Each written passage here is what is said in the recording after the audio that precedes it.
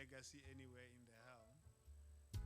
To her own, she did give a life, and I think it's something that we want to see in our space, we want to see in our environment, and we want to see in our own country and in our continent. And that is why we meet, and we convene today under this theme that we should step up to the mark and put the citizens first.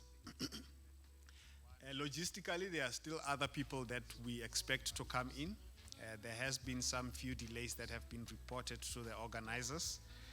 But as soon as they come in and they are available, we will definitely usher them in. Obviously, that would then suggest that here and there, we may need to tweak a little bit the program for the day. Still other people that try by expect to come in. Disrupt. There has been some few extensively so that we lose focus to the organizers. But as soon as they come in and they are available, we will definitely usher them in. Obviously, that would then suggest that here and there, in a reflective we may need to tweak a little bit the program for the day. As a country, other people that try by we reflect as professionals to say, given where we are as the country, what is it that we can do in our little spaces? And I think the key speakers that will deliberate on this will lift up what we ought to do in our very small spaces to affect the bigger and the broader objectives of the country, and to ensure that the citizens do get what they duly deserve, and they do get service from us who occupy those positions that we find ourselves in, that we are privileged to find ourselves in. So perhaps at this point, if you allow me, I will call upon the president of SAIGA to come and tell us why we convene here today, and to come and set the tone for the day, and to come and launch us into this mark that we need to step to and put the citizens first. So he will definitely come and also welcome you and also tell you of what he has already prepared. I don't want to be ahead of him. Whichever aspects and elements that he misses out, I will definitely lift them up because I know what he has prepared for you in the coffer. So rest assured, he will not take anything back home. Everything that he has prepared is for us here to enjoy, and for us here to take with and perhaps live with as better peoples. So perhaps at that point, let's welcome our president, the president of SAIGA, that is PHILLIP RAKGWALE, to come and tell us why we are here.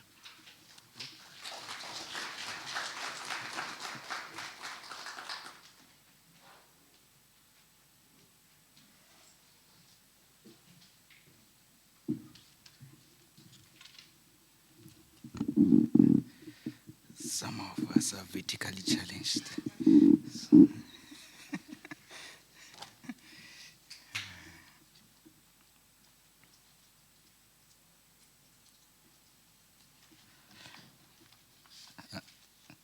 Good morning, everybody. Thank you, MC, for introducing me. We meet today to have our second conference at SAIGA. And we meet on our 28th anniversary of our democracy as a country, and also 34th birthday of SAIGA as an institution. So I think it's really a great moment for us to meet. So I've got the honor really to just do an honorable thing, not really to take all the words that everybody will have prepared, just to open the conference. So my one is the easiest work of them all. So before I start, I would like really to thank our sponsors, Investec, PSAAA, SAIPA being the headline sponsor, and also UNISA, ISACA, Juta, BMW and JT, and also Caseway. And also our keynote speakers, like Minister of COGTA, and also Judge Mogoeng and Judge Ngwepe, and all the prestige speakers and guests who will obviously come here to us and share their wisdoms in whatever they would have prepared for us. And we also thank them really to take their time and so forth. And also, not to forget, the members out there, we thank you for the support to this institution to make it existing as well as we are. And also all those stakeholders who would have also connected, and also those who would have not necessarily members of this institution, but they've taken their time to really join us. But I think without really wasting a lot of time, they say I must do opening remarks, so I will do exactly that. And I will not do a long speech. So if I start, it's just to introduce the theme. The theme of this conference is Step Up to the Mark, which is a build-up of last year, which was to put citizens first. That's why I step up to the mark and put citizens first. So as I was reflecting on terms of the theme itself, I came with the words that we've got a socialism in a modern context.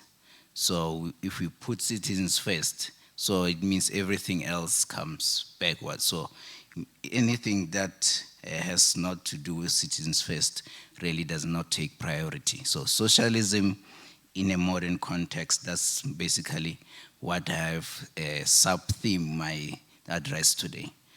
So I think if I just start, I came with the words which, during my research, which says, men make their own history, and they do not make it as they please. They do not make it under self-selected circumstances, but are then the circumstances already existing, given and transmitted from the past. The context around that quote is that if there's anything that we have to learn from the past 28 years, is that the apartheid history and legacies has still haunts us in terms of economic structure, social structure, education, health, and infrastructure. But it has worsened under the leadership due to corruption and inability to service our people. And obviously, as we've seen, instead of servicing our people, people have servicing their own self-interest and also the elite cronies that we've seen. I think sometimes we have to tell the truth. And if we have to learn from what we see from state capture reports that we've seen, that took 4.5 years to complete, is that I think there's a clear message to those who are in authorities and in government and also in the private sector, that the clear message is that we must really reflect on this message that we should not be repeating the same mistakes. These mistakes which were committed by yourself, those who are in authority, and also those who are like you. And if you look at it as well, if we continue this road as well, this will cost this country dearly as well. And if we really have to continue in this route of doing the same mistakes that have been done, is that this current leadership, which is in administration, will obviously live to witness their own tragedy, which I'm sure is not something that we're all looking forward to, because it affects the ordinary people. I think there's a really need to move towards an agency to relieve our people from the pain and the suffering plagued by our leaders. I think we should embrace the concept, which I term to say some elements of socialism and social welfare state, to the extent that we can promote economic and social well-being of our citizens. including that ability to provide minimum decent livelihood and good life that they deserve. That's where we are as a country. And if I just reflect as well on the OECD report of 2021, one of the elements, I got 3 elements from the report. And the 3 elements is that we've got an issue of across the countries in the world, but if you look at it, it's sort of a mirror of where we are, which is a diminishing level of trust in the police, civil servants, and also government functions and national parliaments. And then also that is that we've got number 2, which is the individuals as me and you citizens. We've got this attitude and perception, and also that we've got a pressure to be able to influence the outcome, that what we have can really change. You have better leadership that we have. So that's the pressure that we find ourselves in. And also, we found that obviously because of COVID-19, it really has affected a lot of people in terms of unemployment and so forth, in terms of them being able to live decently as well. But if I just want to bring it home more seriously, is that we've seen a lot of governance failures, which obviously tarnished by corruption and governance failures that have been uncovered, which is as a result of unethical practices that we've seen in the public sector. And also number 2, also bring it home, it has been obviously undermined by the oversight role that should be provided by executive authority and parliament, which has not been so great, if we have to be honest. And then the last one as well is that we have the reforms that needs to happen in public sector in terms of professionalism. It really has taken a long time, and we're still talking about professionalism of public sector. We don't know when it's going to happen. We're still trying to come up with a framework where we all agree. The issue of when we're implementing the framework, it's another thing that will take years. But that time, where will be our community? I think that's where we need to be honest. And then I think what are the pointed issues? What are the root causes of all these things that are happening? Is that we've got issues of political intolerance, which is giving rise to fragmented leadership and patterns of impending decision making, which is basically the issue of taking decisions, especially if we have to talk about parliament, along party lines and ideological lines, instead of putting the citizens first and the society at large in terms of interest. And then obviously, this number 2 is the issues, obviously, macroeconomic policies, which are not really addressing the core needs of the people. And then number 3 also is the issue of also the impact of climate change we've seen in KZN, where it shows that we don't have adequate infrastructure really to deal with some of the problems. For example, the issues of stormwater drainage that would have avoided all the chaos that we've seen in KZN if it was adequate.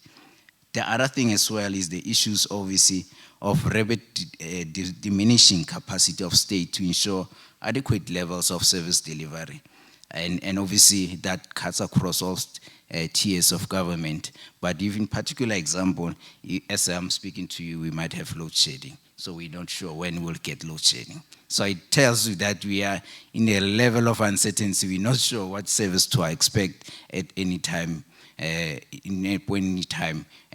we are around this place today. And also the other one as well is that we've seen a sustained instances of corruption, nepotism, and also the elevated levels of disregard for sound governance practices. And then lastly, that I want to talk to, which some other speaker I won't quote, said we don't have a plan for this, which is poverty, inequality, and unemployment. And I tend to agree that we don't have such a plan to address these 3, I would say 3 devils which are haunting us as a country, which is our people really live in poverty, and also inequality is very high, it's one of the highest in the world, and unemployment keep on rising. So if I just want to bring it home and say, us as professionals, it's easy to point fingers to the other people without really talking about us and say, which role are we doing? Most people will say if you point finger, there's other 4 fingers pointing right back at you. What have we done in the role that we've done? What I've observed is that we've got an auditing and accounting profession which has removed and disconnected itself from society in terms of coming up with solutions and being able to address things that are supposed to be addressed. We've got an auditing and accounting profession which its communication in terms of reports is not clear and simple to ordinary citizens. I tend to say we write reports for ourselves and not for anyone else. It's written by us, for us. So if you are outside the profession, even if you went to school and got doctorate, you might not understand what the audit report means. So we need to look at things like that. How do we make it so simple for an ordinary person to be able to consume the information that we're seeing out there?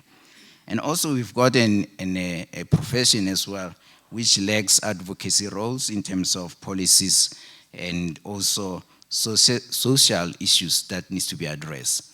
So we haven't seen the profession coming out in terms of what needs to happen, for example, in terms of land redistribution and also in terms of just some of the grants that have been introduced, for example, the 350, whether we've got enough funds to do that, and also the issues of state debt.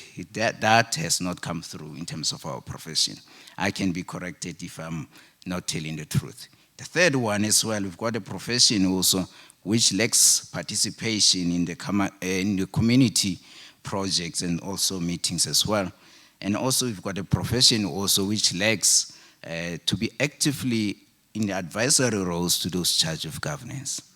And also we've got a profession also which lacks that activeness in terms of having direct intervention and direct assistance to public sector, for example, in particular. So you've got a profession, most of our professionals don't really want to work for public sector, for example. They want to find themselves in the private sector, but it doesn't really help for us to be able to do that. So, and then the last one, which if we have to be honest and look ourselves in the mirror, there's been a lot of unethical practices amongst ourselves as professionals in the accounting space and auditing space. State capture is an example of that there was accountants and auditors' assistance in terms of them being able to continue with what they continued with. Some of the state-owned enterprises had clean audits for days, but when we look back, some of them no longer exist, or they exist by a string of life, which is not supposed to happen like that, which was supposed to be flagged by the same profession that we were in. So I think lastly, we need to have a different view when I talk to the profession. There's a need to what I call, and it's commonly known if you look at it, what we call social audit, and moving away from the traditional financial audit. It's important as it is for investors, but it doesn't mean anything to somebody who does not have water, electricity, and roads out there. So there needs to be more emphasis around social audits, which is to ensure that those who are affected, especially communities, get this service delivered they need. So I think if we just reflect what in context social audit is. Social audit is conducted by the communities living amongst their areas. It focuses on the issues of the communities, and it's conducted in the languages that the residents are able to understand. And everybody can participate in the community, and those, especially women and young people, can participate as well. And also social audit promotes active citizens, help those who are vulnerable to exercise their constitutional rights, especially those without basic services And social audit creates opportunities for community to organize themselves and build community power, especially those who are marginalized, especially where there's no active public participation. We know some of the areas there's really no public participation. You'll hear that there was a community meeting or a SDIB meeting or annual report meeting or budget meeting, but how it happened, but you'll find that maybe just a party or branch kind of meeting instead of community at large. So social audit as well, it's the central part of it is around personal stories, testimonies in terms of the evidence into the social audit. So it's those people who would go around and look at projects that they were promised, whether they were done accordingly as they are indicated in various reports that are out there in terms of your budget, in terms of your annual plans and so forth. And also, it's something that also is not removed what we do. It includes budget, it includes tenders, contracts, invoices, and so forth that we normally use in audit, but it is focused on the community and their experiences in terms of service delivery. The last one as well, as much as it might involve issues, obviously, political interest and so forth, but it's important to remove politics out of it so that it can be a non-partisan kind of process when it happens. It is really a powerful tool for communities to engage constructively with government in terms of formal participation spaces, especially where I say it's very dysfunctional. It's a community-led projects. It's a vehicle for community to organize themselves and also to empower themselves. It's a process of serious investigation and also participation in governance. So it also bringing communities into the governance of public sector as well. And also I think it's something that the public sector auditors specifically really should be able to take it seriously. And also our regulator, IRBA, to take it seriously, to consider to come up with frameworks and standards that we can be able to come through. So I'm talking to also to other academics as well, to be able to standardize this and bring it to much more emphasis in what we need to do as auditors in the public sector. So in summary, in my conclusion, like I said, for me it's just an opening remarks. I came with an African proverb from Morocco, and it's translated to say, authority is God's shadow on earth. God has put governing authority in their position for our own good. The authority that they have been given to them by God is just a shadow of his power. We must offer prayers to those who are in leadership, because at some point we need to pray for those in leadership so that we can have a better life. We should pray that they should have wisdom, they should at least demonstrate justice, especially for the vulnerable. They should have compassion for the poor and act with honesty and integrity. God bless South Africa. I thank you. The conference is officially open. Thank you.